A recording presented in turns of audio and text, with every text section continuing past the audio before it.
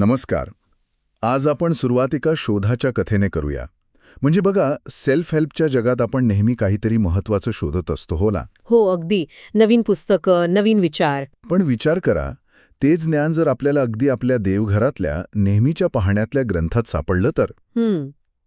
Interesting विचार आहे. आज आपण एका अशाच अनुभवाबद्दल बोलणार आहोत. एका वाचक लेखकाने आम्हाला पत्र लिहून त्यांचा अनुभव सांगितलाय. हो, आणि हा अनुभव आहे समर्थ रामदासांच्या दासबोधाबद्दल. त्यांनी सांगितलं की बरीच आधुनिक पुस्तकं वाचली, पण काहीतरी अपूर्ण वाटत होतं. हां. मग एका मित्राने सुचवलं म्हणून त्यांनी दासबोध वाचायला घेतला.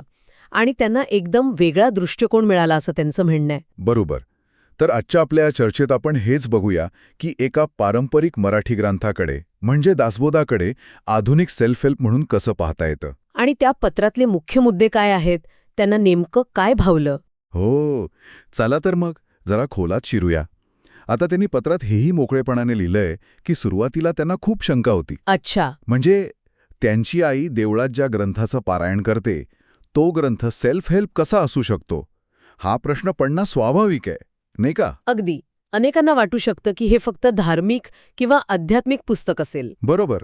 पण त्यांनी वाचायला सुरुवात केली. सुरुवातीला जुनी मराठी भाषा आहे, त्यामुळे थोडं अडखळायला झालं असं ते म्हणतात. हां, ते होऊ शकतं. भाषा थोडी वेगळी वाटते सुरुवातीला. पण लवकरच त्यातले विचार त्यांना भावले आणि ते त्यात रमून गेले. आणि इथे त्यांनी एका महत्वाच्या मुद्द्याला हात घातलाय, पुस्तक आणि ग्रंथ यातला फरक. हो, हे महत्वाचं आहे. त्यांनी दासबोधातीलच एक ओवी दिलीये बघा. जेणे होये उपरती अवगुण पालटती, जेणे सुके अधोगती त्या नाम ग्रंथ. अच्छा, म्हणजे काय? म्हणजे ज्यामुळे आपले वाईट गुण बदलतात, आपली प्रगती होते, अधोगती टळते, त्याला ग्रंथ म्हणतात. अरे वा. हा विचारच मुळात खूप वेगळा आहे. म्हणजे केवळ माहिती देणं नाही, तर परिवर्तन घडवणं हा ग्रंथाचा उद्देश सांगितलाय. बरोबर. आणि गंमत म्हणजे याच कल्पनेला धरून त्यांनी दासबोधाच्या पहिल्याच समासाची तुलना कशाशी केली आहे माहितीये? कशाची? आधुनिक मार्केटिंगच्या व्हॉट्स इन इट फॉर मी या तत्वाशी. काय सांगताय? म्हणजे WIFM? हो. जसं एखाद्या सिनेमाचं ट्रेलर आपल्याला सांगतो की आपल्याला काय बघायला मिळणार आहे, किंवा पुस्तकाचं मलपृष्ठ आपल्याला आकर्षित करतं, तसंच समर्थांनी पहिल्याच समासात हा ग्रंथ का वाचायचा याचे फायदे सांगितले आहेत. त्यामुळे वाचकाला एक उत्सुकता निर्माण होते. हे खरंच खूप इंटरेस्टिंग निरीक्षण आहे. म्हणजे वाचकाला सुरुवातीलाच गुंतवून ठेवायची पद्धत. अगदी. आणि त्याच पहिल्या समासातली एक ओवी त्यांना खूप भावली असंही त्यांनी लिहिलंय. कोणती ओवी? आता श्रवण केलियाचे फळ, क्रिया पालटे तत्काळ, तुटे संशयाचे मूळ, ये कसरा. क्रिया पालटे तत्काळ म्हणजे फक्त ऐकल्याने सुद्धा कृती लगेच बदलते. हो, आणि संशयाचं मूळ तुटतं. कृती बदलण्यावरचा हा जो थेट जोर आहे ना, तो खूप महत्वाचा आहे. खरंय. म्हणजे फक्त ज्ञान नाही, तर प्रत्यक्ष कृतीत बदल. हेच कदाचित त्यांना इतर सेल्फ हेल्प पुस्तकांमध्ये कुठेतरी कमी वाटलं असेल. असू शकतं. कारण माहिती खूप मिळते, पण ऐकून कृती बदलेल हे आश्वासन खूप मोठं आहे.